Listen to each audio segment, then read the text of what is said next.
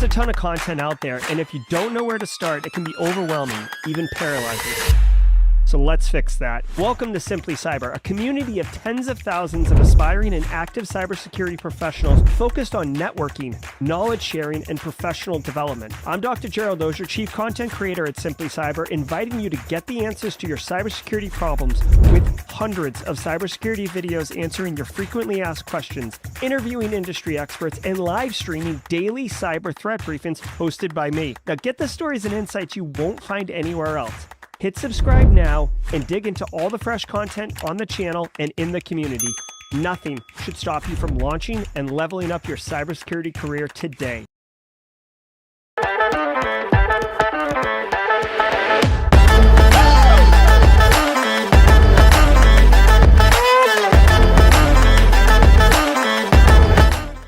All right, what's up, everybody? Good morning. Today is Tuesday, June 4th, 2024. This is episode number 636 of Simply Cyber's Daily Cyber Threat Brief podcast. I am your host, Two Thumbs, All Smiles, Dr. Gerald Auger, and over the next 45 minutes, me, you, Phil Stanford, Darken and Shadow, Raymond Cruz on YouTube, Gabriel Gonzalez of the hashtag Team SC, Justin Combs, Marcus Kyler on the Yeet Crew, LeGrat, Triple D Lazaro.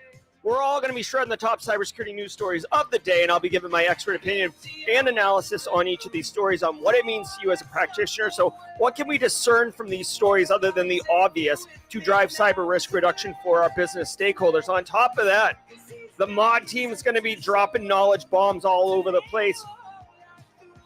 Mad value. And if you're looking to break into the industry, believe me, this show is for you as well, because A, you're going to be asked in any interview, how do you stay current? This right here is the answer. Second of all, you're going to get exposed to all sorts of concepts, terminology. You're going to learn things that you'd never learn in a textbook or in a classroom here. Believe that. And finally, the networking, the Simply Cyber community over there on the far side of the screen, just streaming like a raging river. That is the hashtag Team SC, Simply Cyber community. We got Chuck in here, Paul Savage, LeGrat, Marcus Kyler, as always, Space Tacos, as always, Brews and Hacks, looking good. Dude, say what's up to the community. Be part of it. It's all about sharing, networking, support, and inclusion. That's what we're doing here. Can't wait. But before we get into it, I want you to know that I do not prep or research for any of the stories that we're about to be going through. So it's rough, rugged, and raw. Like we're at the coffee machine, water cooler, whatever you want to say. I'm complaining about it being K-cups, but we're going to deal with it. And this is what we're talking about, what we heard on the news on the way into work today.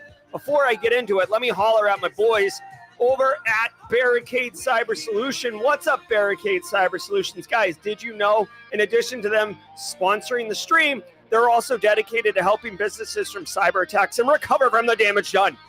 Cyber attacks can cause massive issues for businesses and send dedicated, hardworking business owners into turmoil. But believe me when I tell you, Barricade Cyber Solutions knows how to mitigate the damage done by cyber incidents. They know how to find a Cobalt Strike beaconing using Shodan. Go look at Eric Taylor's most recent LinkedIn post. Lots of value for you there.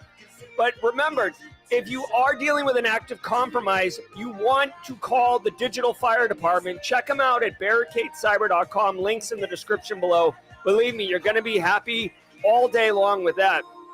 Also want to say shout out and love to Delete Me. Guys, listen, as a person who exists publicly, I share my opinions and hot takes daily. I'm hyper aware of my safety and security, and unfortunately, it's easy to find people's personal information online like mine or yours. The data is just hanging out there, and it can have real-life consequences. I recently found a solution, and the service is called Delete Me. Delete Me is a subscription service that removes your personal info from the internet, largest people search databases out there, and can help prevent ID theft, doxing, phishing scams, etc. When you sign up, you tell Delete Me what data you want deleted, and they go off and take care of it, which is my favorite part because it basically outsources. For someone who doesn't have time, ain't nobody got time. I don't have time for that, but I'm glad that they're doing it for me. It's basically outsourced online privacy management. You get a personalized privacy report every month showing you what they're doing, so they're basically held accountable. Plus, it feels good to see all your data getting wiped off the internet. Yay. Take control of your data. Keep your private life private by signing up for Delete Me. Now at the special discount for Simply Cyber listeners. Today, Get 20% off your Delete Me plan when you go to joindeleteme.com/simplycyber and use promo code simplycyber at checkout. The only way to get 20% off is to go to joindeleteme.com/simplycyber and enter code simplycyber at checkout. That's joindeleteme.com/simplycyber. A lot of E's in that URL, but believe me, it's definitely worth it. Joindeleteme.com. Get that 20% off. Also, Antisyphon, but more about them at the mid-roll. Guys, did you know every single episode of the Simply Cyber Daily Cyber Threat Brief is worth half a CPE? What's up, Jenny Housley? Good to see you, Jenny Housley. We'll miss you today, but understand, thank you for the community challenge. Guys, get your CPEs here, right? We're at the ballpark. They're throwing out peanuts, Cracker Jacks, and CPEs. Say what's up in chat, grab a screenshot, throw it in a file or folder, and once a year, count the number of CPEs and just register it as Simply Cyber Daily Cyber Threat Briefing Webinar, 40 CPEs or whatever it is, okay? If it's your first episode, let us know in chat with a hashtag first timer. Hashtag first timer in chat. Welcome to the party, pal. We would love to welcome you with your special sound effects, our special emotes. We love welcoming newcomers. What's up, Travis Chambers? Good to see you. And if you're a regular, a long timer, a second timer, an occasional timer, a lurker, whatever, no matter what kind of walk you are part of the Simply Cyber community. So shout it out, hashtag Team SC. Even though I'm up here yelling into the microphone, I will tell you that I am a member of Team SC for sure. Oh my God, hopefully no spider drama today, CyberSec, which ain't nobody got time for that. Ain't nobody got time for that. Oh, hey, Sander Slidge. Welcome back to the party, pal. Welcome to the party, pal. All right, guys. So check it. 1, 2, what is it? The 5-foot assassin with a roughneck business. All right, little old school rap hip hop. Guys, as fun as it is, I'm super pumped that you're here live with us right now. It is Tuesday, which means I'm going to be sharing a little personal bit with you. Tidbits Tuesday, see if we jive together on it. But right now, it's time to get to work. So do me a solid. Sit back, relax, and let's let the cool sounds of the hot news wash over all of us in an awesome wave. I will see all of you, including ChatGPT, Maxwell Vargas, Sir Gerald, Tyson Martin, hashtag lurker, at the mid-roll. Let's go. From the CISO series, it's cybersecurity headlines. These are the cybersecurity headlines for Tuesday, June 4th, 2024. I'm Sean Kelly. Authorities unmask criminals linked to malware loaders. As part of Operation Endgame, law enforcement agencies in 13 countries have revealed the identities of 8 Russians linked to the distribution and administration of malware loaders, including Bumblebee, Iced ID, Peekabot, Smoke Loader, System BC, and TrickBot. Yeah. The loaders have been used for years to steal data, distribute other malware, and propagate phishing campaigns. 42-year-old Arat Rustamovic Gruber has been identified as the administrator of the Smoke Loader botnet, which first appeared in 2011. 7 other Russian nationals are wanted for their ties to the TrickBot operation. Germany's federal police authorities have listed the suspects on their website along with information about the harmful loaders and the joint operation. All right, so this is a follow-up story to Operation Endgame. If you remember, we talked about this last week. International law enforcement Regulators, mount up. straight crushing it, dropping bombs all over the place on cyber criminals across 13 countries. Europol, I would love to get. I'm going to take an action here. Excuse me one second. Interpol shirt. I'm getting an Interpol shirt. Like it's happening. I'm officially going to pull the trigger on it. Listen. The international law enforcement coordination, collaboration. I love what they're doing. They're done taking from cyber criminals, and they're on the offensive. Okay, the United States a couple years ago pushed out an executive order to hunt forward. Right? They call it hunt forward, but basically it's being proactive instead of reactive. Now that's at the nation state level. These are cyber criminals, but if you're a cyber criminal at a high enough level, you're a nation state threat problem. Okay. So the malwares that they're talking about include Peekabot, Smoke Loader, Iced ID, TrickBot. These are ubiquitous pervasive, really well-known, really widespread malware. Some of them do different things, right? They call them initial loaders. Smoke loader is an initial loader, right? Iced ID was too, but TrickBot is more of a post-exploitation, full-featured agent that does persistence and persistence, info stealing, etc. So even if they are initial loaders, don't. I guess all I want to say is, from practice perspective, don't look at these and then memorize them as initial loaders, because they do more than that. You can see here: steal your data, distribute other malware families. That is the feature of TrickBot specifically. Okay. And if you really want, I said this last week, but I'll remind everybody: if you really want to see again, this isn't Threat Actor Academy. I'm not promoting doing cybercrime, but if you want to see like a chef's kiss of execution at a high level, go look up Emotet, TrickBot, Ryuk ransomware. Those three together, they band together like Voltron. They formed, and it was devastating. The Emotet takedown, which was led by the United States FBI, but it was an international law enforcement effort, was amazing. It dismantled and really crippled their operation. They came back with Emotet 2.0.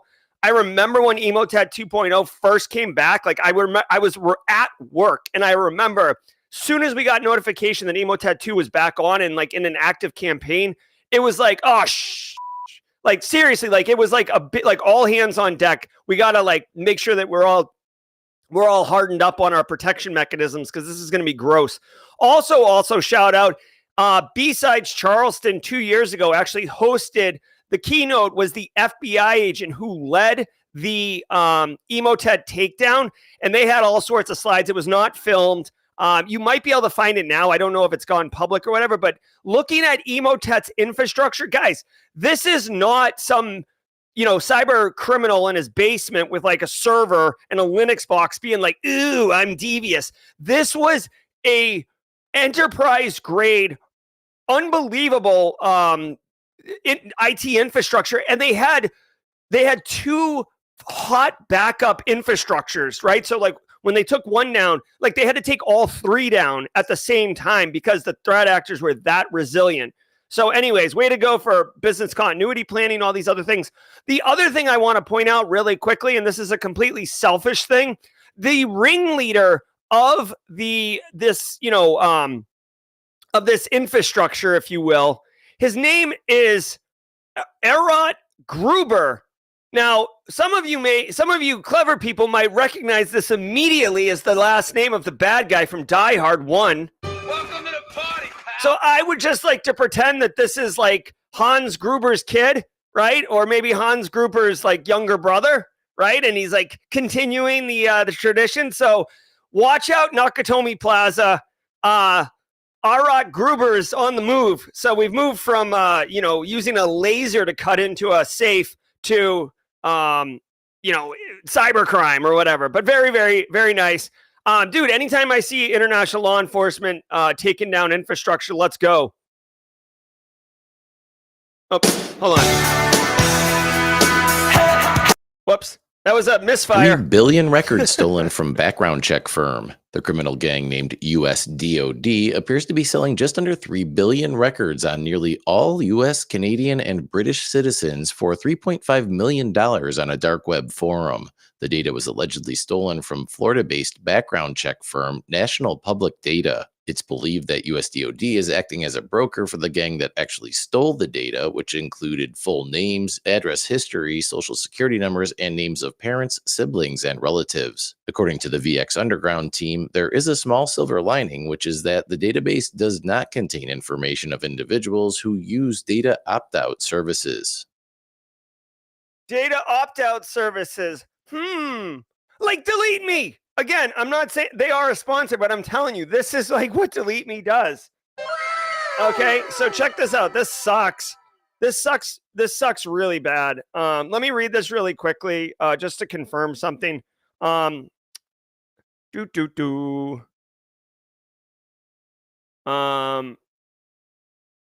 277 gigs, 3 billion people. Yikes. The one thing that I was confused about here is who, like, $3.5 million. Okay, so check this out. This is really interesting. So this is third-party risk. Again, hello. Third-party risk is a thing, Neil.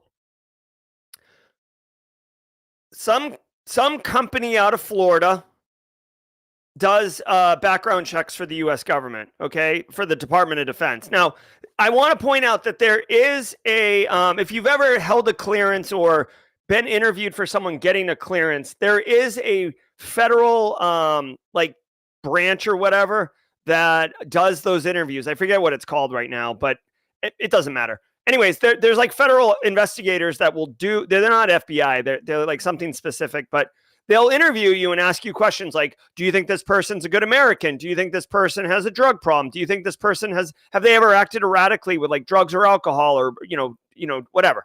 So those people, though, don't necessarily have to be federal employees or civilians. A lot of people in the United States work for the government, but it's through professional services contracts. Again, I say this often. That's a great way to break into cybersecurity, by the way, is through professional services, because tons and tons of government work is outsourced. This background checking, again, like when you're going to get a security clearance, I don't care who you are, you have to fill out an SF-86 form and put all your secrets in there, right? Everybody you know, everywhere you've lived, every drug you've done, every bad financial decision you've made, every time you've been arrested, right? And for some of you, it's a pretty quick form to fill out. For some of you, it's actually a real long pain in the butt to fill out. But the problem is all that data gets collected and stored. And this company in Florida, for some reason, did not delete what they didn't need. Okay, so they had data retention, perhaps unnecessarily, and they have 3 billion people's information. 3 billion. I mean, Jesus, dude, what is the population of the United States right now?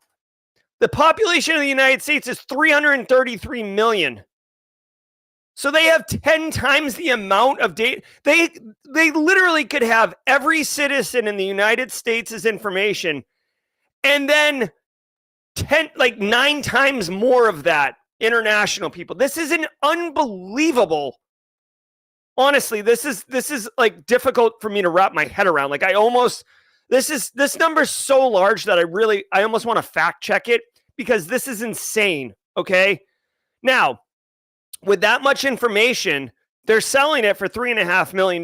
Now, the real wild thing is this information likely has all sorts of really sensitive information. It's a background check, right? So it's all those things I just told you. This is incredibly sensitive information, including mental health stuff, right? Which I know mental health, the stigma around mental health has gotten better. But if you are taking, medicine to like balance yourself mentally, you may not want people to know that, right? Obviously, all the phishing data. So data extortion for $3.5 million is pretty high. Now, what's insane to me is that the United States Department of Defense is actually acting as the broker. I never see this. I don't know about anyone else in here, but oh yeah, that's a good point, right? You got to get a background check to get firearms as well. Possibly if you're, you're getting a job, you get a background check done. You're renting an apartment, they might do a background check. You're getting credit, they might do a background check. You're buying a house, they might do a background check, right? It's just, there's all sorts of this. The Department of Defense is acting as the broker. This is insane. Okay, so this is really, really sensitive information. Of course, this Florida company should be held wildly liable. We'll see what happens. There's a lot of things I don't like about this, honestly. But honestly, final thing I'll say about this Florida-based company, if they're going to try to offer identity theft protection to 3 billion people, they're going to go out of business.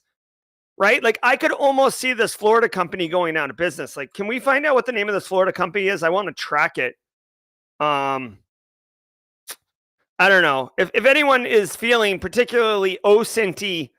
I don't have time to do this myself, but I would love to know what Florida company this is that had the largest oops to date, because I would think that they're going to go out of business. This is really bad. 3 billion people of wicked sensitive information. This impacts you and I personally. This doesn't impact the business that you're protecting necessarily. Obviously, your executives might be in here. Your VIPs might be in here. This information could be used for social engineering. Even if the DoD buys it for $3.5 million, you have no guarantee that the threat actors are going to delete it and not secretly sell it. But this is one of those stories that I personally want to follow up on because it's interesting. It's gross, but it's interesting from a personal perspective. Creds for 361 million accounts added to HIBP. A massive trove of 361 million stolen email addresses and passwords have been added to Troy Hunt's Have I Been Pwned data breach notification service. Cybersecurity researchers who asked to remain anonymous collected the credentials from numerous Telegram cybercrime channels. Hunt said he utilized site password reset forms to confirm many leaked email addresses are legitimate, but did not test the passwords because it would be considered a felony. Further, Hunt said 151 million of the addresses are brand new to the data breach notification service. Users can check whether their accounts have been affected at the Have I Been Pwned website. All right.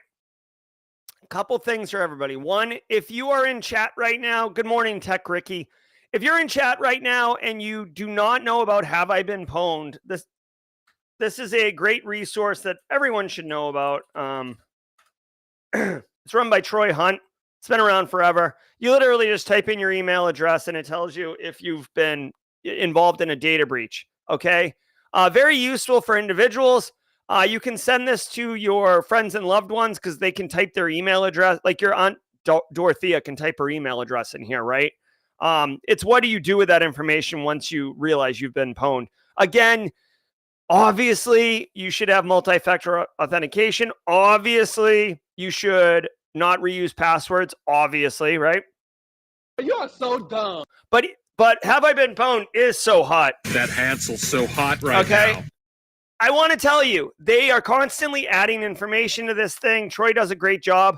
If I'm not mistaken, you can, you can pay for a service. So like, obviously you and I as individuals can type in our thing, but as a business, hold on one second. You can type in your email address and they'll notify you when you do show up. So instead of having to go constantly checking, they will notify you. That's a great service to check out. I would recommend that. But there is one where you can set it up for your business. Hold on. I'm pretty sure you can set it up. There's like, I thought there was a service where you could sign it up. And if anyone in your domain showed up, you could, maybe this is it. Yeah. So right here, you can use, like, basically what I'm telling you is you can use this as like, for your corporate job to search for users who have like, at yourbusiness.com email addresses and stuff like that. Obviously, if you if you work at like a large company like Booz Allen with like 60,000 people, there's going to be a ton in here.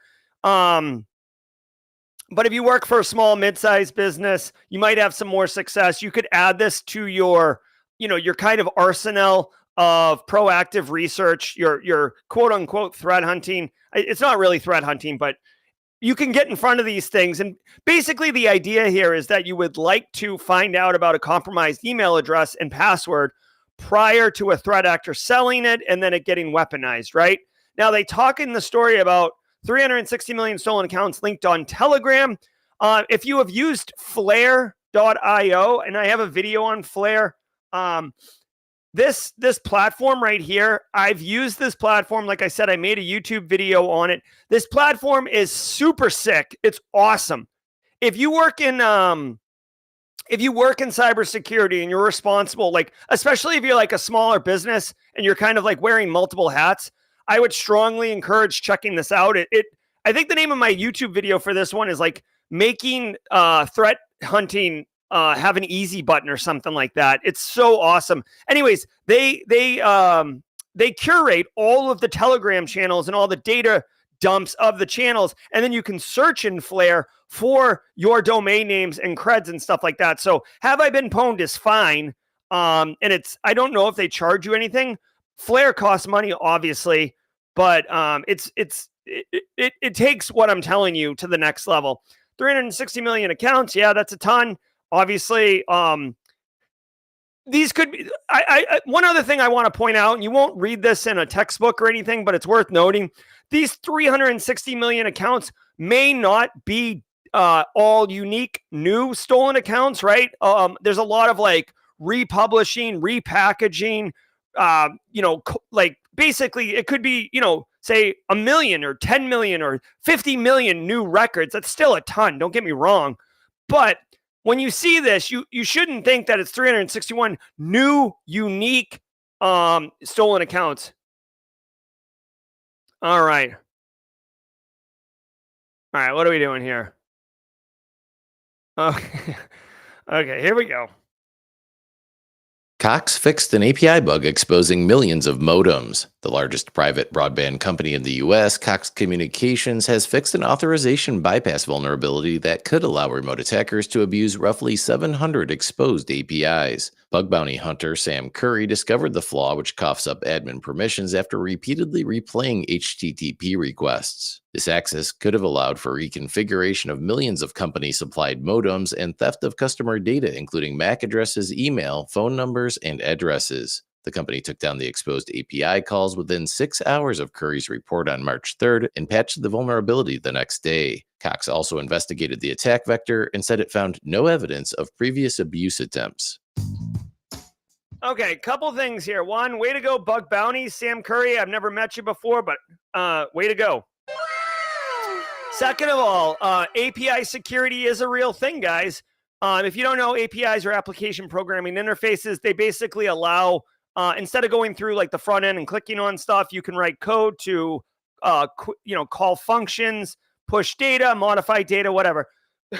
On the back end, it allows apps to be extended to people to write custom apps and stuff like that. Apparently, modems that ship for Cox employees had API calls. Essentially, they implement this additional functionality so IT support staff can query in, probably so the ISP themselves can do maintenance checks and whatever else they want to do on these modems. A lot of people, most people, honestly, get the device. This is for home users and small businesses, likely not enterprise. Most people buy the device, bring it home, plug it in, it's up, and they, that's it. It's off and running. So, it is what it is. Okay. I'm glad Sam Curry found it. I'm glad they fixed it. Guys, they fixed it within 6 hours of being notified. That's actually amazing. Okay. Also, what I want to point out is, I got distracted really quickly. One thing to point out that I think it reads good for the news, but you got to dig a little deeper. They say Cox discovered no abuse of the API auth bypass, or the vulnerability was detected, right? So they said, we found this vulnerability. We closed it before it could be exploited. We have no evidence to support that. You've got to remember, if they are not logging anything, how would they possibly know? Now, it obviously doesn't go in and say we had logs. We can definitively say that it wasn't exploited, but it's very difficult to prove a negative. So take what they're saying with a grain of salt, basically. Like, you assume it hadn't been hacked, but maybe it has. Also, fun fact for everybody, I would encourage you, even if you like run your own like Ubiquity or whatever network at your house or your small businesses, chances are the internet coming in, especially, I know AT&T is pretty strict about this, but if your internet coming in goes into a device that is provided, by your ISP, and then you go off of that into your home network and your firewalls and stuff like that, that's awesome. But be mindful of that modem or router provided by the ISP. if that thing goes end of life, it's not like they're proactively going to drop ship you a new one and be like, hey, customer, your device went end of life. Time to fix it, right? Like you should be at least once a year, if not, quarterly, checking those devices, log into the admin panel, look at the last time a firmware update or a security patch was applied to it. Look at the side of the package and look at the model, make and model, right? And Google it, see if it's still supported, see if it's end of life. If it is not, right, if it's end of life, I'm telling you right now, definitively, you can call your ISP and simply say, hey, my device is end of life. It's not receiving security patches. This is a concern for me. I'd like to get it upgraded, and they will just send you a new one and swap it out. In fact, if it's end of life, they'll just tell you to throw out the old one. Throw out the old one, right? So, all right, let's go. And now, a word from our episode sponsor, Conveyor.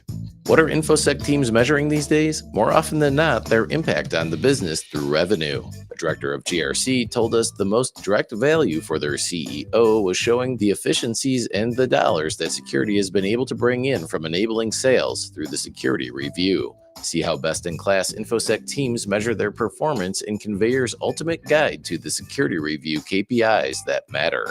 Go to www.conveyor.com and click the banner at the top. That's CONVEYOR.com.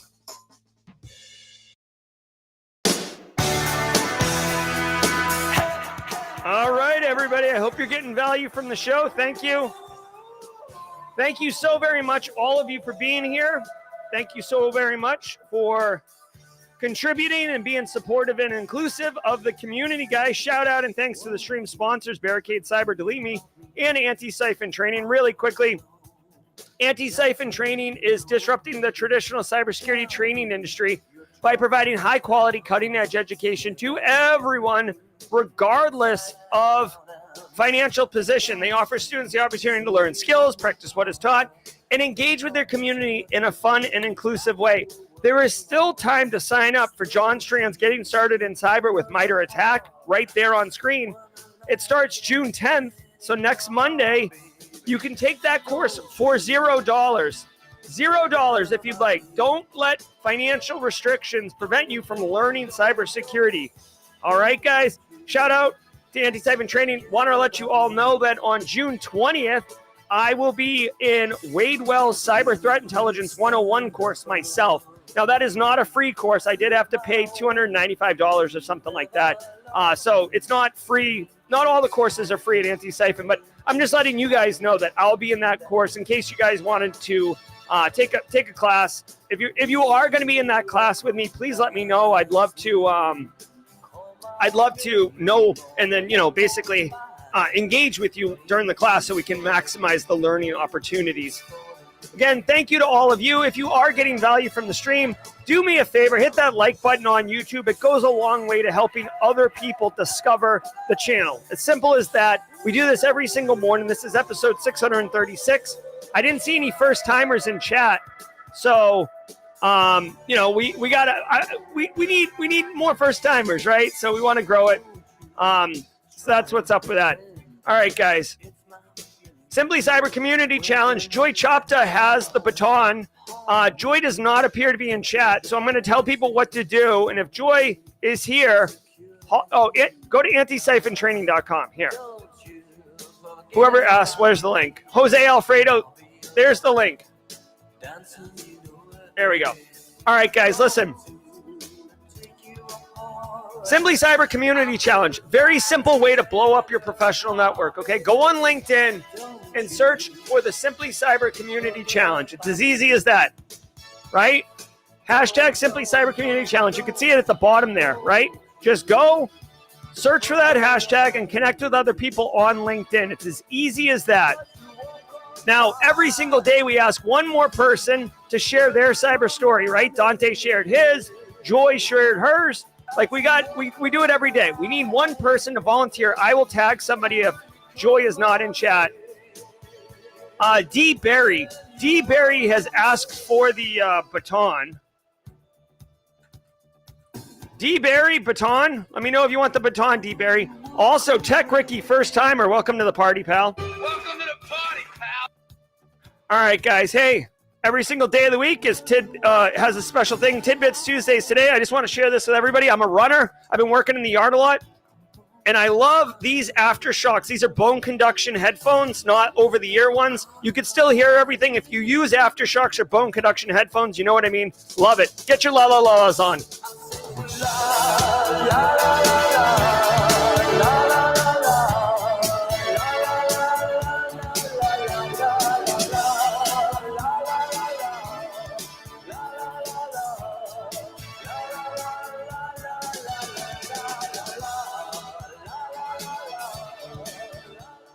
All right, D. Barry's picking up the baton. D. Barry, please confirm. Let's get back into the news. Atlassian Confluence bug allows code execution. Researchers at SonicWall Capture Labs have discovered a remote code execution vulnerability in the Atlassian Confluence Server Center and server. The bug is assigned a CVSS score of 8.3 out of 10 and can be exploited by uploading a forged JavaScript language file containing malicious code. A POC exploit code has already been made available, so admins should upgrade to the latest versions of Confluence as soon as possible. The researchers have published the indicators of compromise, so admins can check for signs of exploitation. Experts. All right, hold on. All right, Atlassian, huge tool. Confluence, Jira. So specifically Confluence has a problem, allows code execution. That's typically bad. Looks like you just need to patch as soon as possible. You gotta patch it. I don't know. Let me know in chat if you use Confluence. I don't know if Confluence is internet facing or not. I would think it could be in some instances if you're making documentation and knowledge base articles available to your customers. Atlassian bugs are so hot right now. Hansel's so hot right now. All right. Hey, anytime you see remote code execution or RCE, that's really bad. That is not good. That means you're basically executing whatever you want on the server. Data center server, etc. It has an 8.3 out of 10. Immediately your mind should go to the fact that that likely means that you have to, like, okay, so here's why it's an 8.3. You have to be an authenticated attacker before you can execute this, right? So you can't, unauthenticated remote code execution is the worst, right? Darian Jefferson, everybody keep an eye out for Darian Jefferson's Simply Cyber Community Challenge. And Darian, make sure you use the hashtag Simply Cyber Community Challenge and tag me in it so we can amplify. Again, this is why we need multi-factor authentication and don't reuse passwords, because you need to be authenticated. Now, it's possible if you're using Confluence and you allow customers to log in to search knowledge base articles that they would be authenticated. I don't know enough about this to know whether or not it's a specific kind of authenticated user or not. They give you instructions here on how to address this. TLDR, guys, there's a proof of concept exploit code already available for this bug, which means it lowers the barrier to entry for threat actors to exploit this. If you're running Atlassian Confluence, basically, if I was working at a business running Atlassian Confluence, I would immediately take this article and I wouldn't just send this over to the app team. I would pull out, basically do a basically a quick threat report. Hey, like, here's the bug, here's the impact, here's the patch. You know what I mean? Like, basically just distill out the key things and then send it over and say that we need to patch this ASAP, right? If you're running in a more enterprise environment, you have multiple versions of the server, you might be able to patch one in dev, right? Dev or test to verify that it doesn't break anything, and then swap one into production, patch the production one, and then you're off and running. I would not sleep on this one, okay, guys? It doesn't mean you have to bring production down now, but I would not wait a month for the next patch window. You gotta patch A new Windows AI feature could be a security disaster.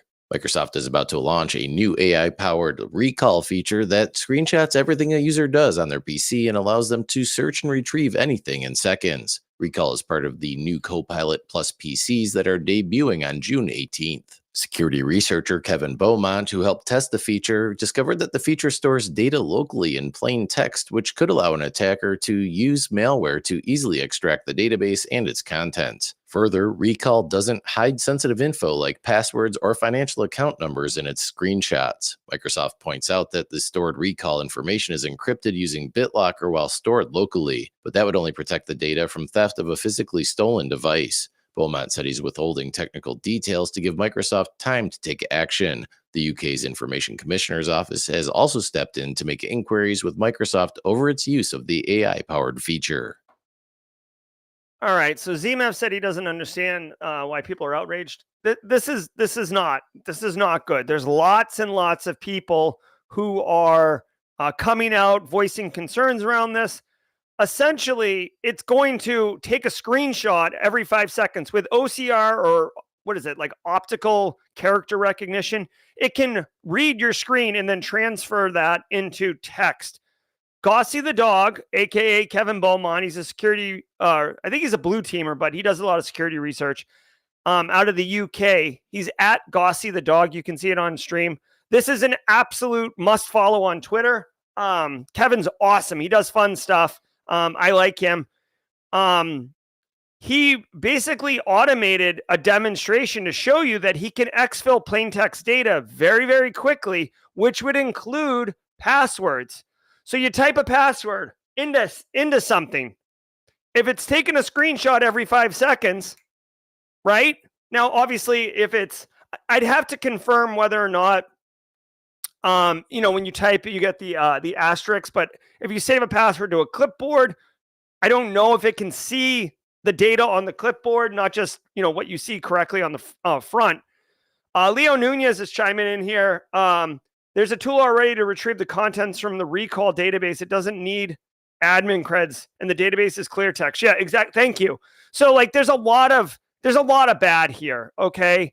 I don't know if you're going to be able to opt out of Microsoft Recall. You would think that would be a feature that you could disable. But this is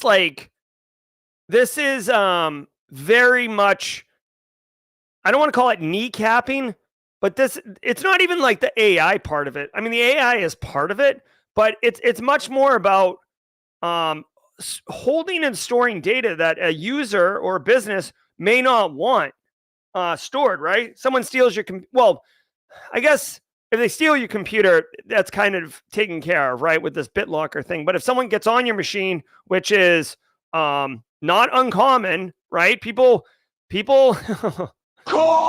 people install stuff all the time on their machine, right? Leo Nunez says you can disable it with GPO. That sounds good, Leo. But I'm also thinking of my Aunt Dorothea, like regular people who don't have an IT staff to disable it for them. Ed Williams is chiming in saying that it's on by default. Ugh. I mean, really, to me, it's just one of those things where Microsoft has gone above and beyond out of their way to say that security is a big deal for them. And then this right here, this feature is not nefarious, but it can be weaponized so quickly. Stealing everything you've ever typed or viewed on your own Windows PC is now possible with 2 lines of code. All right, so here's Kevin Beaumont's blog post on it. I'd recommend you do it.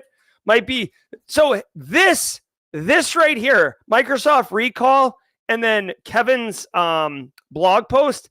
This would be something if you're looking to interview for a job. I mean, as a practitioner, it would be really useful to learn about this. But as someone who's interviewing for jobs, I would read this story a couple times. I would go read some of the zeitgeist commentary around this feature and why security professionals are upset. I would read this Kevin Beaumont blog post, and I would digest it myself and then whip this out in a job interview, right? It's not like, hey, tell me a little bit about yourself. And you're like, oh my God, have you seen Windows Recall? But they're inevitably going to ask you, how do you stay current, right? At a minimum, how do you stay current? You could say, oh, Simply Cyber's daily cyber threat brief. Like, speaking of staying current, did you guys see that the Windows recall and how scary that is? Yes or no? And then they'll probably follow up with what's scary about it to you. And then you can just puke out your distilled thoughts that is based on everything that you've consumed and informed. This is super relevant. This is super timely. This would really put some sparkle on you as a interviewee candidate. I promise you. Just by the nature of how like timely this is. NIST turns to consultants to clear NVD backlog. Late last month, NIST amended its 5-year contract with security firm Analysts to help clear the National Vulnerability Database backlog. The NVD backlog has been steadily building up since February when NIST announced it was working to improve its tools and methods, which could result in delays in its vulnerability analysis efforts. According to VulnCheck, as of May 23rd, there were 12,720 vulnerabilities still pending analysis. NIST predicted it should be caught back up to processing current CVEs by the end of the fiscal year. All right, we already talked about this story the other day, so I won't spend more time on it. But just reminder that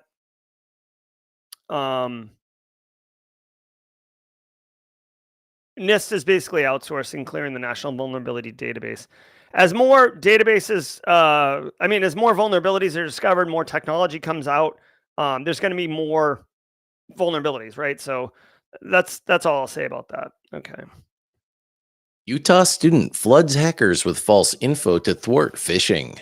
A Davis County High School junior, Charles Mortensen, developed a program dubbed VEGA, or Victims Empowerment Guard Against Attacks, which aims to take down phishing sites by flooding them with fake usernames and passwords. Mortensen said the program can send about 500,000 requests to a hacker site within a night, typically taking the site offline by the morning. Mortensen was motivated to create Vega when a friend residing in foster care fell victim to an Instagram phishing attempt, jeopardizing her only means of contacting her mom. Mortensen said Vega has enabled him to take down 30 phishing sites within a month. He is seeking a sponsor to help him scale the operation to potentially dismantle much larger volumes of phishing sites. Way to go. Way to hack back in an intelligent way. Let's go. Do love that infographic. Thank you, Justin Gold. All right, so basically, attacker sends a phishing mail to a target. They send thousands and thousands and thousands of phishing mail. The little application this dude wrote sends fake user data to the phishing site. The hacker collects the data, and basically, this tool essentially pollutes the hacker's data set. So they've got basically you're tainting their whole data set, right? So instead of trying, I love this. So instead of trying to stop people from putting information in, which you should be doing as well, you're also frustrating the hackers by giving them tons and tons of bullshit data, which they're going, obviously they're going to write scripts to go check all these things, but none of it's going to work. And you're basically frustrating and making their data sets trash. Way to go. I love it. I love it. I love it. Again, never let a good incident go to waste. I will say that this is kind of a tangential thing, but this student took action because, something personal happened to them that impacted them personally, and they were personally motivated to do something about it. You see this a lot in people's Simply Cyber community challenge stories. You'll see that they got hacked when they were younger and it frustrated them, or a loved one got hacked and they wanted to do something about it. And that's when they got in business. Dude, I'm telling you, a lot of times, if a business hasn't been really impacted by a cyber attack, they're kind of like, oh, why do we need to invest? Let's just do the minimum, compliance, blah. And then they get hit with a cyber attack. And, Eric Taylor and I have kind of differing opinions on this, but a lot of times we say, don't let a good cyber incident go to waste. And it sounds a little counterintuitive because nobody wants a cyber incident. But the thing is, they do happen. And when they do, you want to capitalize on Obviously, you want to clear the issue and get back to a known good state. But once you're done with that, lessons learned, etc., you want to explain, hey, listen, they got in because we don't use an email security gateway. They got in because we don't have multi-factor authentication. These are the things that we need in order to protect ourselves. Or do you want that, colonoscopy that we just had to happen again? And the businesses will typically say like, oh, please, like, here's a blank check, but what do you need in order to prevent that from happening again? Because the impact is visceral when you experience it personally or when the business experiences it, right? Business email compromise. That's another one where you see like just 60 grand went right out the door. Like, oh, I understand what that impact is. I don't want that to happen again. How do we prevent that? Okay. So way to go, Utah student. Love it, love it, love it. All right. And that does it for today's cybersecurity. And that does it for today. Let's do this for today. Don't go anywhere. Really quickly, I want to remind everybody that we've got the coloring Wait, this isn't right. We've got the coloring contest going on right now. You have until June 7th, this Friday, to submit your work. I know Jovi's in here. Lots of Simply Cyber community members are in here. Guys, 6 and under, 6 to 12, 12 to 18, and 18 plus. There's 4 categories. Mrs. Auger, Callan Auger, Grayson Auger are the judges. We'll pick 4 winners. Maybe there'll be like an overall winner. There will be prizes. I'm thinking Amazon gift cards. And we're just having fun, guys. This is a community event. I'm not harvesting the data. I'm not doing data. I'm not feeding into AI how the coloring was done in order to I'm just doing a fun coloring contest. If you'd like to enter, I would love for you to download the coloring sheets, have your whoever wants to participate color, and then upload them. It goes until June 7th, and then we'll close out the submissions, and then we will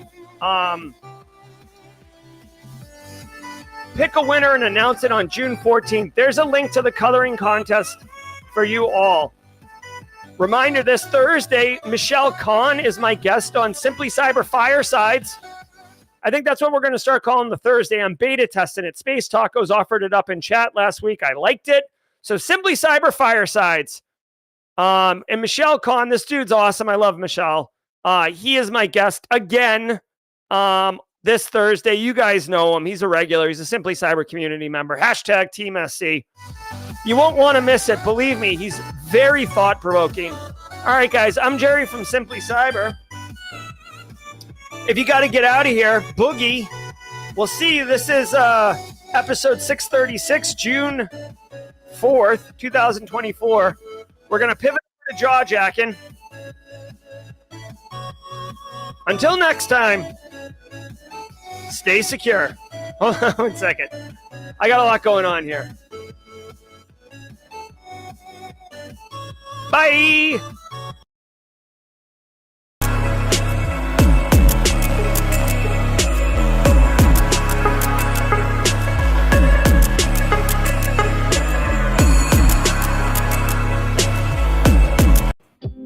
Hey you. When did you get here? How you doing? Welcome to the party. Welcome to the party, pal. My name is Jerry Guy. This is Jaw Jacking, which is basically a cybersecurity Ask Me Anything. We've got our Tuesday guest host, Eric Taylor, waiting in the green room to come on, but just to kind of set expectations. This is coming hot off the heels of the daily cyber threat brief, which we do from 8 to 9 a.m. Eastern every single day, giving you the top news. And then we take 30 minutes and we ask you to give us whatever questions you want. Should you be a SOC analyst, a GRC analyst? Is this lab good? Where can you get training? Should you work somewhere? Like, what's up? You can even ask advanced questions, right? Like, I know a lot of entry-level questions come in, but maybe you want to know how to do an enterprise risk assessment. What products do you like? How do you get it? What's a business case for getting more budget? Whatever. But I hope you hang out. I hope you stay. Let's welcome into chat my good friend Eric Taylor. Hey, Eric, what's up, buddy? What's going on? Nothing. Let's get some background action going on. Actually, let's just go full. There it is. There it is. So my friend Eric Taylor on stream. Eric Taylor, CEO, Chief Forensics Officer at Barricade Cyber Solution, and also a really nice practitioner, guys. Eric, what can we expect from you in Jawjacking today? How not to be a troll in chat. All right. Let's play nice. Yep. I'm just messing. All right, guys. Yeah, go ahead. Let's do some threat hunting today. Let's do some threat hunting today with Shodan. Ooh, threat hunting with Shodan. Very cool. So you're going to get a demonstration. I did see your LinkedIn post. I thought it was phenomenal, Eric. Very high value. Personally, I really enjoyed it. So giddy up on that. Guys, I leave you in the very capable hands of my good friend, Eric Taylor. And I would love for you guys to have a great time. I'm Jerry from Simply Cyber. Until next time, you want to push me off stage? Wait. Oh, fail! All right. Do it again. We got reverse Earth going on, ladies and gentlemen. I'm so dizzy right now. All right, so not to OSINT myself or pass off any stuff, I want to log into Shodan on my sandbox, so bear with me 1 second, because I do know some of the queries do get a little funky where it does require you to be logged in. So I will make sure I am logged in just to make sure we don't have any potential issues. All right. Well, while you're getting set up, I'll answer some questions here. Space Taco says, what kind of GRC software do you prefer, Jerry, even though I know you're about to bounce? Yeah, so as far as GRC software goes, honestly, I have used a couple different solutions, and they almost always feel like killing a mosquito with a cannon. So I'll just tell you, I've used RSA Archer and I've used ServiceNow's risk management solution. Unless you have the full business fully bought in on using these solutions and people have been trained and leadership is forcing people to use it and you aren't using other services or anything, like you're fully committed, only then will it work. RSA Archer, I thought was a very poorly designed product, very clunky, felt very web 1.0, like mid 2000s. ServiceNow risk management platform, it was fine, but like it's part of the ServiceNow ecosystem, which is like this unbelievably large, complicated thing. And unless your whole business is on ServiceNow, you can't pick and choose. For me, for my dollar, honestly, Space Tacos, Excel or Google Sheets, like a spreadsheet, is where GRC lives all day, every day. All right, Eric, you good? I am good, sir. Thank you so much. All right, we'll see you. Bye. Bye. Hold on. How am I going to, what do I want to say to get out of here? I guess, all right, bye. All right, so I do see a question coming in. I will answer this one. This kind of piggybacks off of Dr. Gerald. Hey, guys, my company is considering switching services to ServiceNow. I have noticed some previous breaches. Should I be concerned? Darius Catter, sorry. Not sure how to pronounce that name. But honestly, the thing that I always say when you are looking at data breaches and things of that nature is, how did the company respond? How fast was their remediation? How seriously did they really take the incident? Not just sending out the blanket emails and letters saying, oh, we take your data security and private data seriously, and just the legal mouthpiece, if you will. And I know nothing against anybody, but it is a legal thing. So it's do they actually show it? Do they demonstrate it? Do they remediate? Do they show mitigations and temporary workarounds, things of that nature? There is a mindset out there. It's not a question of if, it's a question of when.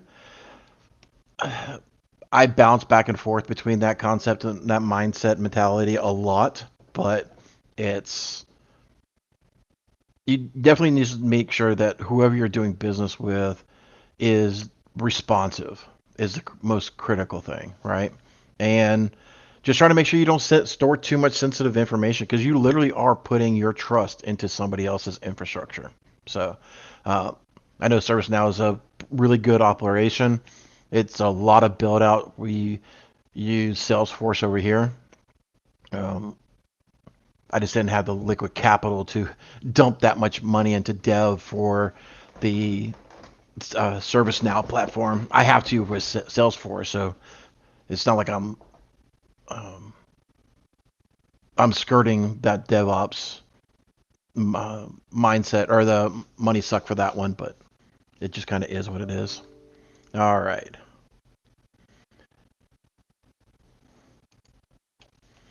Got some more questions coming in here.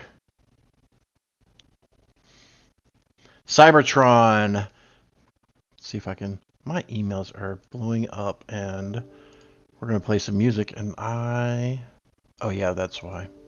It's 9 o'clock. That's why it's blowing up. So we will share this, but we'll put this off into the background, if you will. Let's play a little bit of music. And we'll answer some questions, and we'll dive into some queries and things of that nature. Thank you, Justin Gold, for copying these. I greatly appreciate you, buddy. So let's find Cybertron.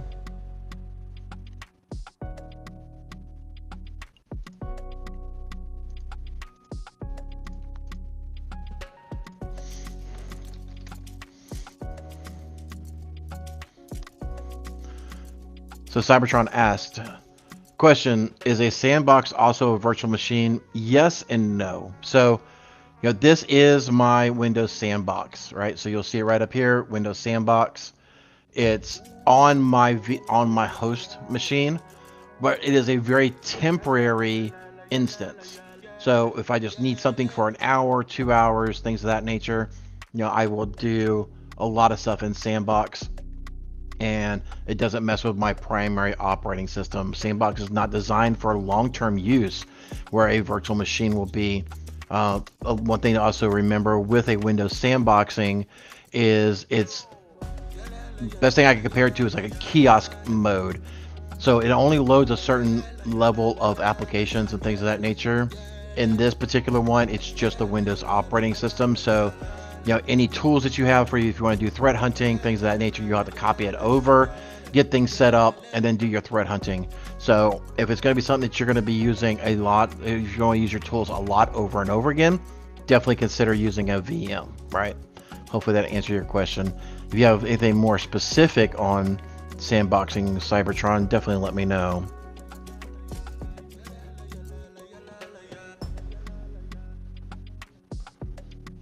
J.E. and Michael, I think, is trying to troll me right now.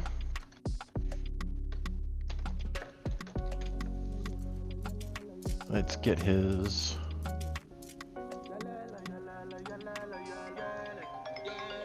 Shut off my phone.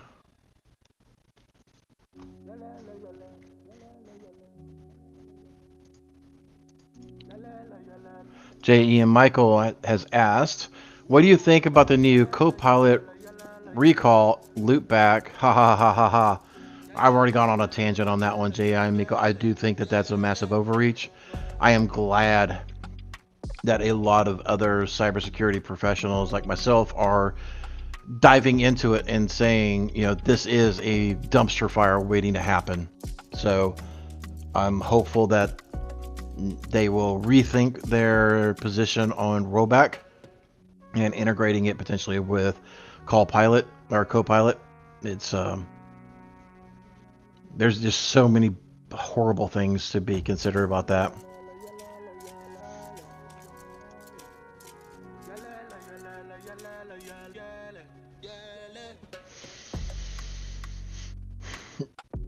Gary asked a question. Eric, I know about Shodan, never use it. Is it easy to use? Gary, let's dive into it. All right. So I've actually got, bear with me as I find my other darn window. So I got a massive cheat sheet that I normally do for a lot of this stuff. And I got a couple of VMs that we're working on building out to actually query these things every night and then, dumping it into our forensics so that way we would have it. Oh, I got so many tabs. I got tabs on tabs on tabs. So what I was posting in last night Let me pull that up. Sorry. Jerry actually finished a little bit sooner than I anticipated today. So I was scrambling. Let's see, can I show this without being logged in? I think so. Go away. Yep. Hooray, that worked. All right, so this is what I posted yesterday. And I'll post a link here in case you want to check it out. So, clients always asking, how do you hunt for Cobalt Strike servers? And we do. I use the Shodan API to write to a text file that we put into our forensics. So that way, we have that historical data over the last 90 days. So if we're doing our forensics, we are looking at what is actually, beaconing in. Does any of the IP addresses match known C2? Not just Cobalt Strike. We'll kind of dive into that a little bit today. But, this is just some queries, right? So let's just say we want to look for product a Cobalt Strike beacon. So we'll just come in here. We'll dump that.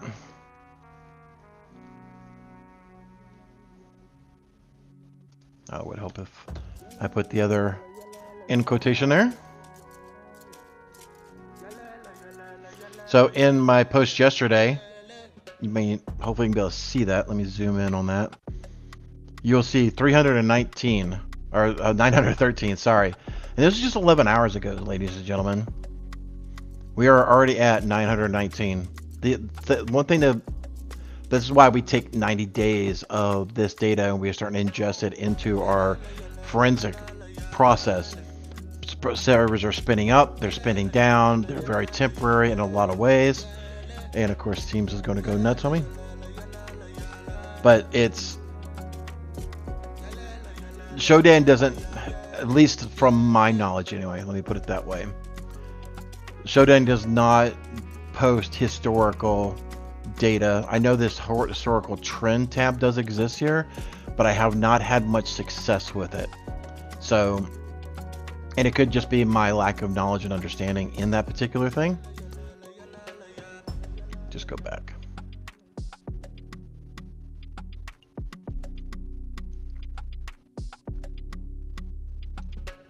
See what I mean? Just doesn't want to work too many times.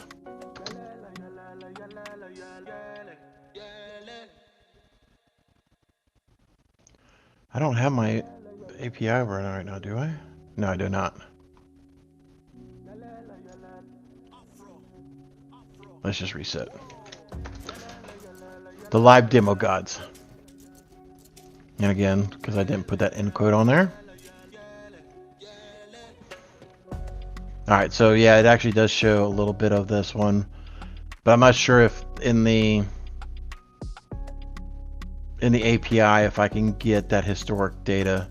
But if you look here, just in Cobalt Strike, in that one query that I posted, there's several different ones, right? The SSL, pwned, Kisk, and all these other ones. China is definitely the leader, and we keep seeing this a lot, especially with Cobalt Strike. Shodan has seen over 2,272 in the last 12 months or 24 months, so it's kind of interesting. I do like that trend though, but a lot of times this thing right here does not like to work very often. So let's just say product C2. And this is something I found very interesting that I actually forgot about a product out there. Should have had this as a PowerPoint slide. Of course. All right, any questions while we wait on Shodan to stop acting up on a live demo? Because that would be awesome.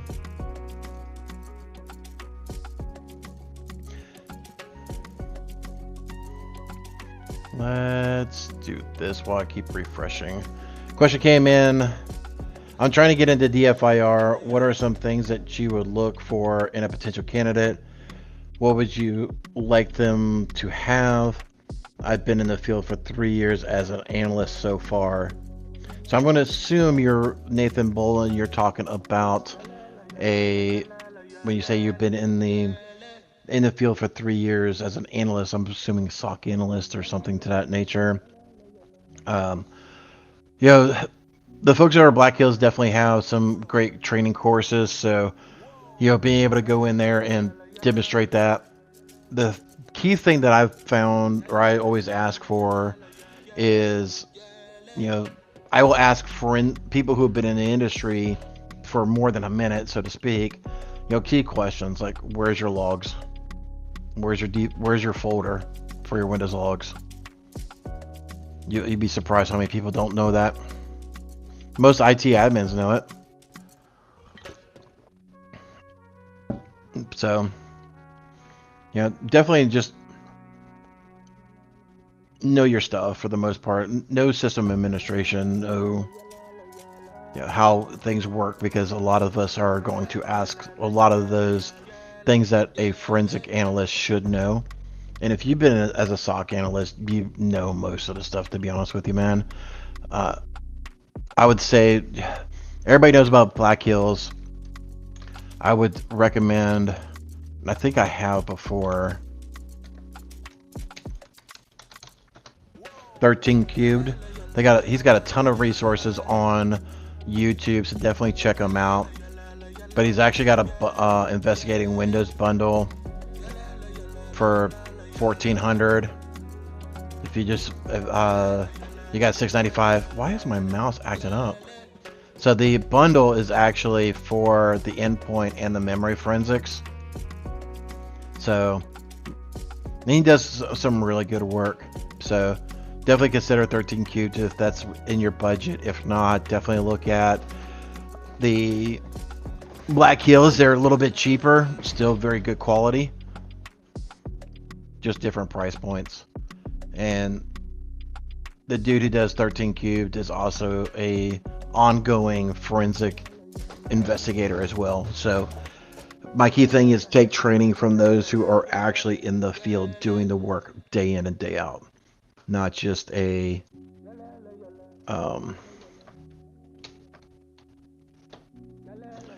not just somebody who is with theory and things of that nature. Good job, Joseph. Too bad you took so long. You probably Googled that, didn't you, you little goofhead? So going back to Shodan here. So I'm just going to look for... Beaver up some lot. Jesus, Joseph.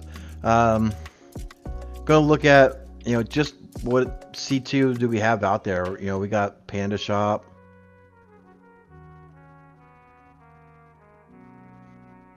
We got a bunch of just whatevers.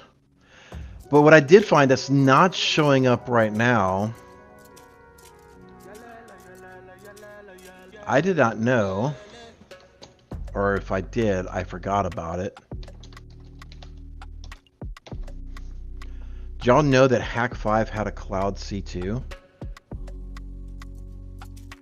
So Hack5 cloud C2 infrastructure. You'd be amazed with what kind of stuff is out there, ladies and gentlemen. So let's dive into something a little bit crazier. So we, again, shared the Cobalt Strike. Of course, I missed there's my cheat sheet. Has anybody heard, have you guys heard, and guys, I use as a loose term, hopefully y'all all know that. So Brute Rotel is, if y'all been around for a while, you'll know that Brute Rotel is an alternative to Cobalt Strike. Same C2 infrastructure, right? You can download it. The pricing is, ridiculously cheap for what it does. It's $3,000. But it is a 1-year license that you're able just to tear some stuff up. So how would we potentially look for, existing Brute Rotel C4 infrastructure? Well, we would definitely at least go back to the product name. That would be one thing. How many are out there right now? And sorry, my typing is slow. I got a new keyboard and mouse and things are funky.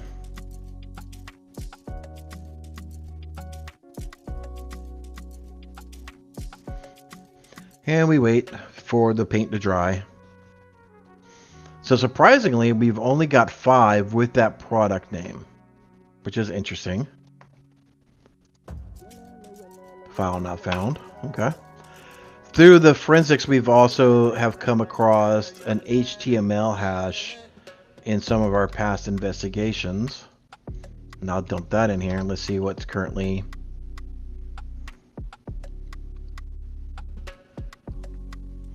It looks like about the same 5 as well, which is about what we've been seeing for on par. Have y'all ever seen the platform of Go Fish? A fishing training platform that is also used for crazy nefarious actions, as with anything that's a legitimate thing. You know, we got 271 of those, right? One that I found not too long ago was a product called Collection Stealer.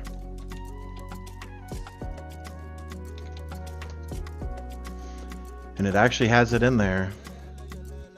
It's actually, none of them are showing up right now. Very nice.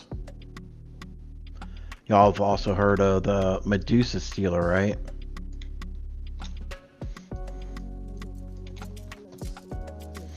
Now I'm just going through just goofiness, right? So,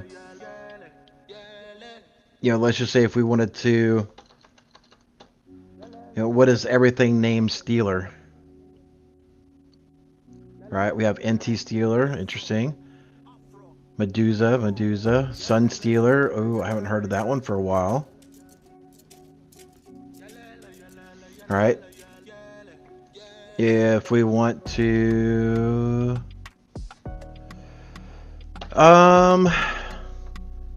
let's see how many of the CPU mining rigs.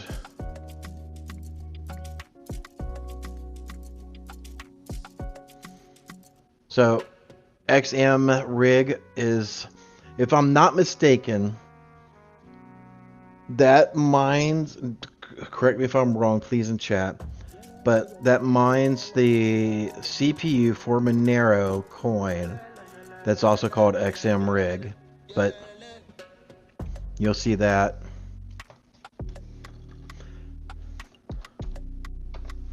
So I mean, this is just stuff to take a look at, right? So, you know, when we're looking at, you know, new rats.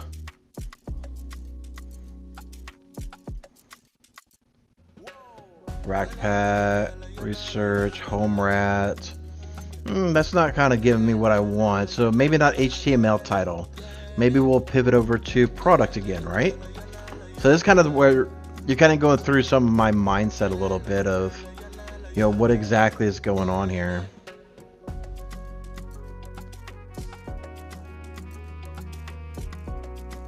I'm not getting...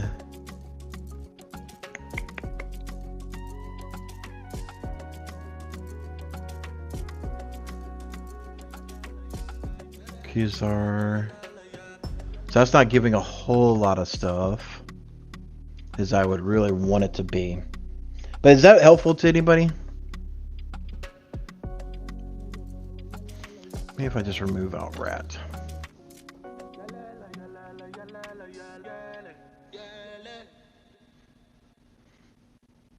Let me switch back over to the YouTubies. See what everybody's saying.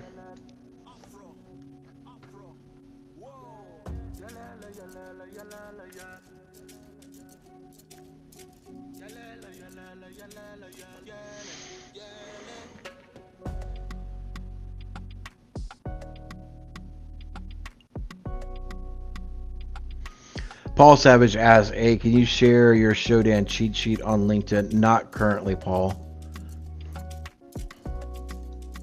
I've been thinking about doing that. I don't know.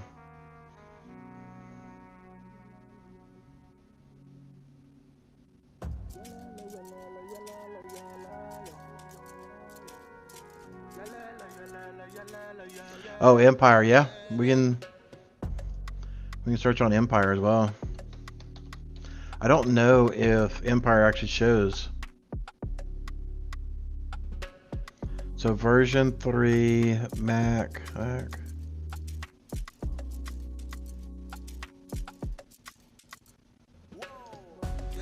These are potential.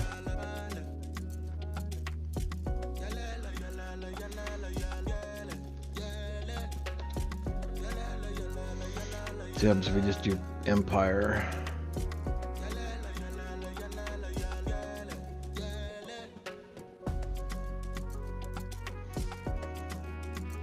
Host name LT at Empire. Vendor MikroTik. Ah! Ooh, another Router OS, which is, those who don't know, Router OS is the software running MikroTik. And this is a cloud switch, the CCR. So you can see how some showdanning can get you some real good information off of stuff. Yep, so this is probably what we're looking at right there. 125, 1S. Yeah, so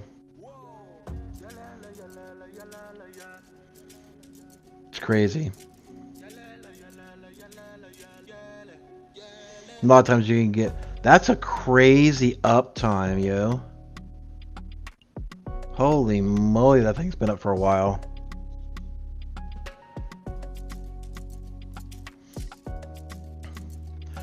Question came in from Marina. Let's see. Can you explain how Showdown knows something is a C2? Good question.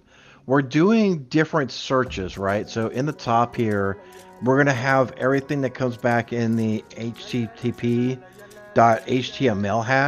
tag of, let's just say, C2. And I don't remember if this one came back with anything, but we have HTML tags, we have fave icon hashes, we have just hashtags, we have product names, things of that nature, right? So, you know, if we go back to this one here, product Cobalt Stripe Beacon, when Shodan is actually crawling these sites, it will look for the product to come back and say, hey, I am Cobalt Strike. You know, again, Cobalt Strike. And here, Cobalt Strike. So it's looking at that through our threat intel feeds. Let me scroll back up here.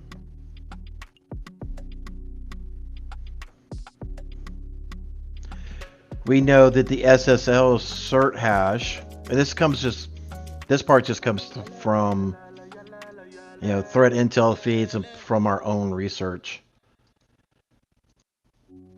But we see in this SSL cert serial number 1464 blah blah blah is also Cobalt Strike. Right? So we've also seen SSL certificates being issued again in the past. I don't think it's current. Let's see. Oh, we do have, so see, there's only 10 of them, so it's not as many as we have been seeing, right? So these are ones to be suspicious of. And there's a sandbox, so whatever. Hopefully it's nothing. Okay, so can't see that. Yep, so even though website's not displayed, right here, common name, zorn.zik is who's published it, right? So, and that's what we were going after. Hopefully that answers your question. Any other questions? I'm just kind of just shooting the trash here, ladies and gentlemen. Hoping to help educate you in your threat hunting feeds.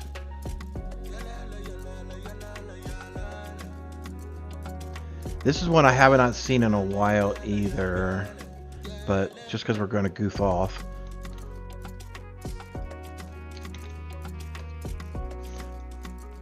Let's look for the Poison Ivy Trojan, which had it had some stuff that would beacon back and actually phone home or point up as it, oh, we have 3 crap.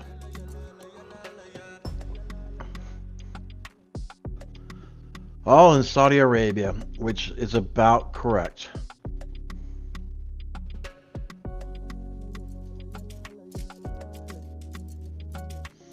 Yep. So port 3460. Yep. Yeah, so the 3460 comes back as the Ivan. So those who don't know, oh gosh, again, this has been a while, I may be incorrect, but this was a telnet-like port that when you have the Trojan, it would actually steal your information and send it off to these remote servers under that specific port. And it would, a lot of times in the older days, especially in your Cisco days, I don't know if Cisco does it anymore, but always had that banner, and it would actually say in that banner the Ivan proxy Ivan Trojan in it.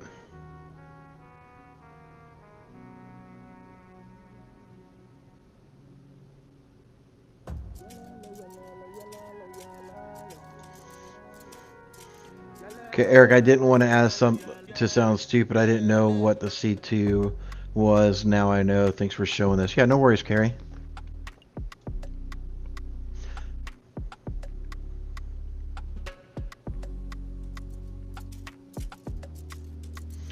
Question, how does someone hunt for a threat no one has ever seen before?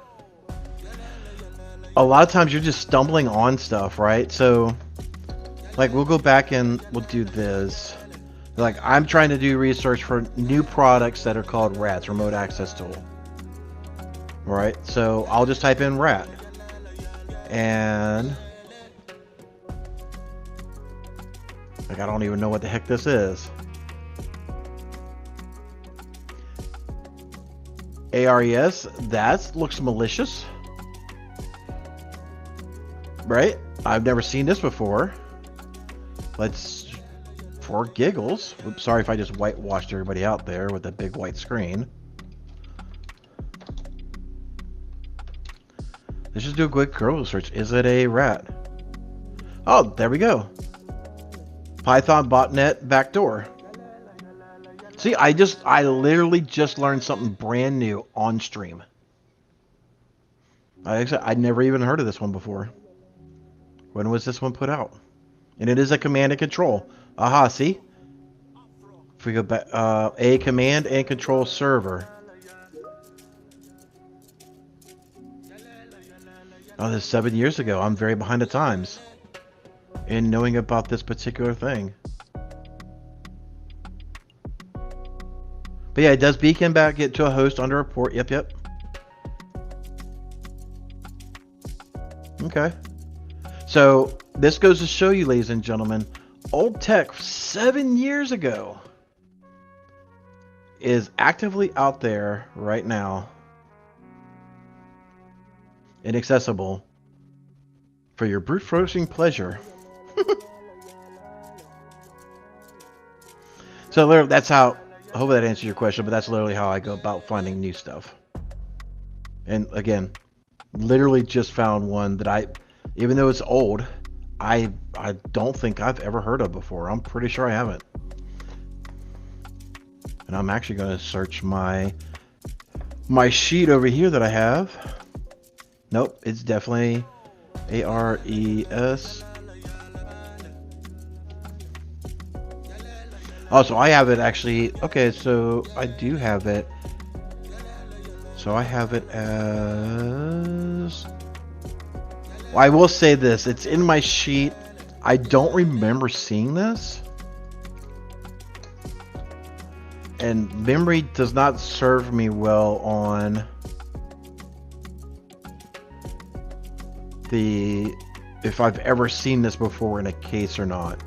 So I probably picked it up in a feed, is what I'm going to suspect. But anyway, don't sleep on it, ladies and gentlemen. Again, 7 years old. You know, is it a big issue? Probably not. It's one, but you know, definitely put that in your threat hunting. Put that in your firewall block list, that IP address, right? So, you know, be diligent, ladies and gentlemen.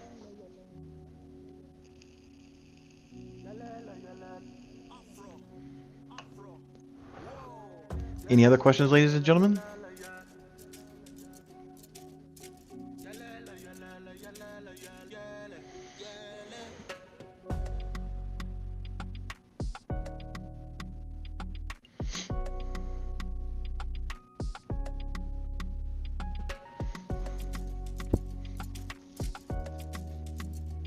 Let's hear something different.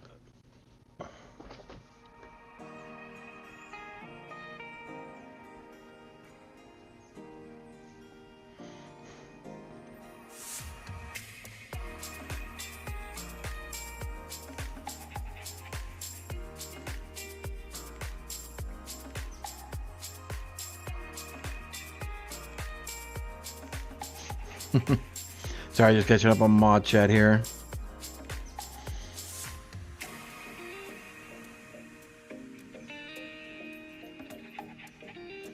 Anyway, I know the questions are a little light. Everybody's here. 211 people. And of course, people want to call. And all of my devices are going to ring. Have to call them back in a minute.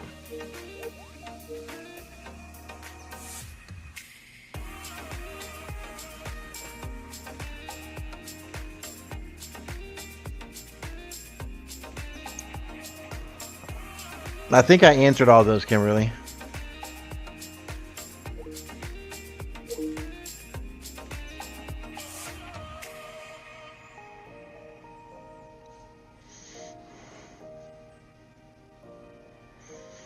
Yeah, I answered that one.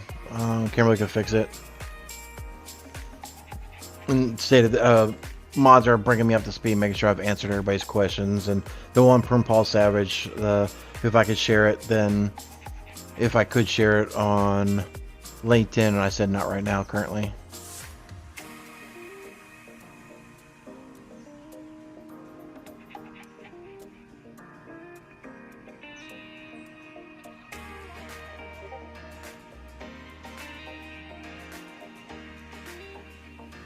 All right, ladies and gentlemen, we are at 9:30. Thank you all so much for tuning in and hanging out with us. I do greatly appreciate it.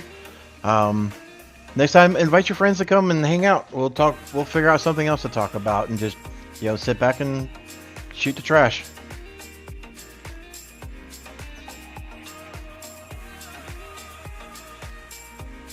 Space Tacos question: how you doing, Eric? Hanging in there. Yeah, unfortunately, I have the default answers. Some days are better than others, but I'm hanging in there. So, Maxwell Vargas question: any good resources for SOC analyst cheat sheet? I would probably go to Discord. In Jerry's, I'm sure there's some folks in there talking about it. Just ask into the Chat and Chill 2.0, and if there is a dedicated Discord channel for that, then I'm sure somebody could be able to mention that as well. I don't want to, I'm not trying to put your question off. I'm just saying I don't know of any good ones out there, because I'm always updating ours. So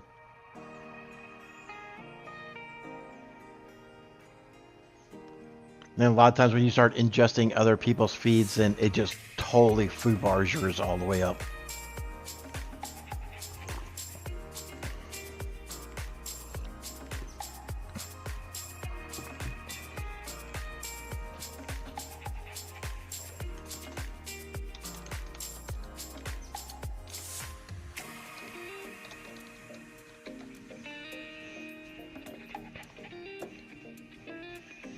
Yeah, there's nothing in Dr. Gerald Augier's Simply Cyber Discord. Definitely go over to Black Hills. They probably have something over there. Or, I mean, heck, we just do it live here.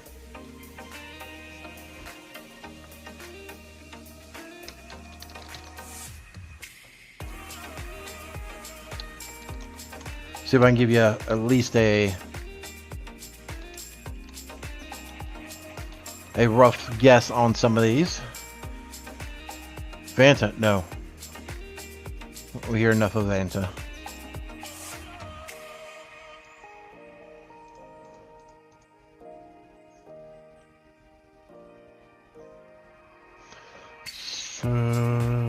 String get network method, yes.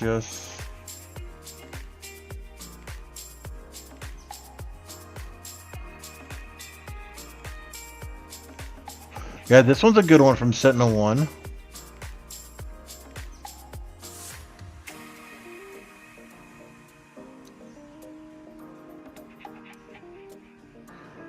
Why are they duplicate?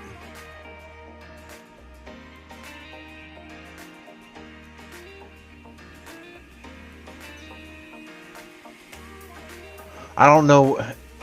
Is everything on page 2? Just like Sentinel-1. So just ignore the second page because it. I mean, definitely double check it, but I'm just doing a 30,000 foot view, and it looks like page 2 is the same thing as page 1, which is about on par for them. Oh yeah, this is actually really good. So these are regexes.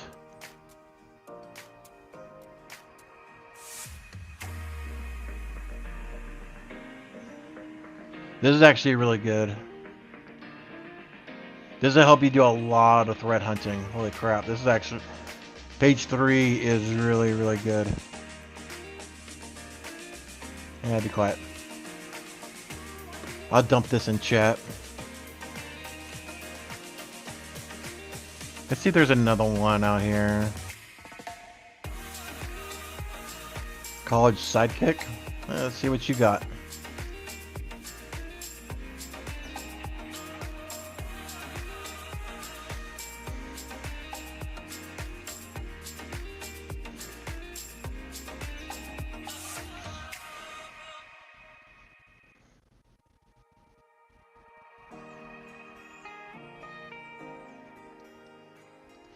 This seems to be more of methodology.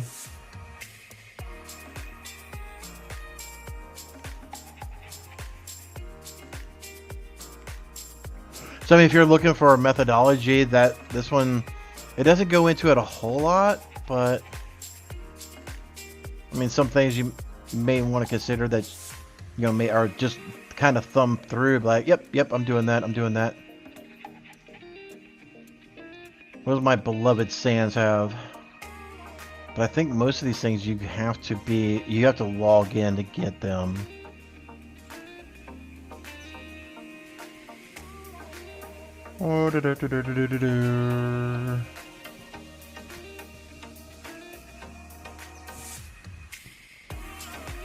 Oops.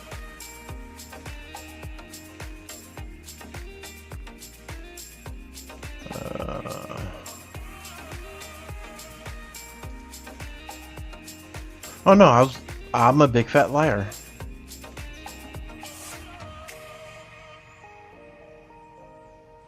So this is memory analysis. That will make memory makes my brain hurt.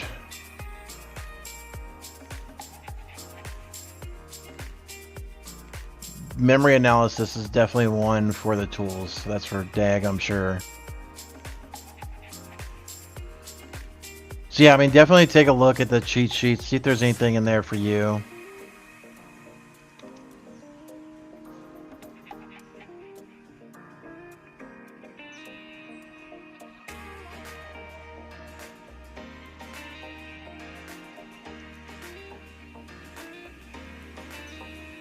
Just catching up, do we have...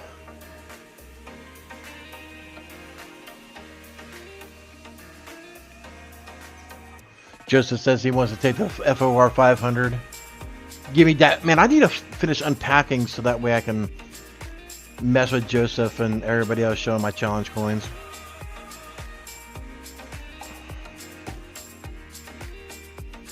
Oh, I got a question here. Hi, Eric. Is there any legal or regulatory issue or issues that has a blue teamer you want to be aware constantly in common facing an area? It could be an employee and as a business. Yeah. You want to make sure. Wow. Is it just my screen that's jacked up, or is my camera really that high? Probably just because of all the text. So, let's have it autofocus there. There we go. So, yeah, thanks, Kimberly. Definitely consult legal representation. All views are expressed of my own, and I am not an attorney. So there's a legal disclaimer. But hackback is, like we've seen in the stories earlier today, hackback is technically illegal. You can face, consequences of doing that. I would just say, if you're going through something and you have strong suspicions that someone or something is doing nefarious acts, start raising the flag to management, or, if you are management, going to the owner, or the owner is going to, external resources to help facilitate the problem. Oh, a lot of times vigilante work in our industry never bodes out well. That is typically what I call, so typically what I call that vigilante work is a resume generating event. So just be careful with what you're doing.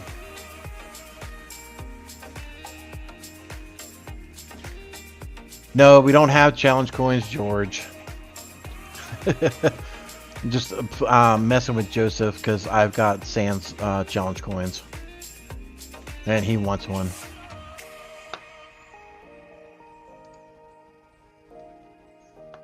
Alright, ladies and gentlemen. Work calls. Must go do more hunting of evil. Until next time, y'all take care of yourselves.